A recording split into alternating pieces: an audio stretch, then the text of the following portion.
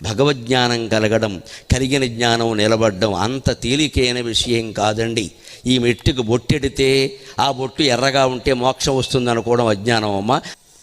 ఈ పిచ్చి నమ్మకాలు వదులుకొని ఇంట్లో కూర్చుని ధ్యానం చేయాలి, జపం చేయాలి, భగవద్గీత చదవాలి, అర్థం చేసుకోవాలి, జీవితానికి అన్వయించుకోవాలి, ఆచరణలో పెట్టాలి.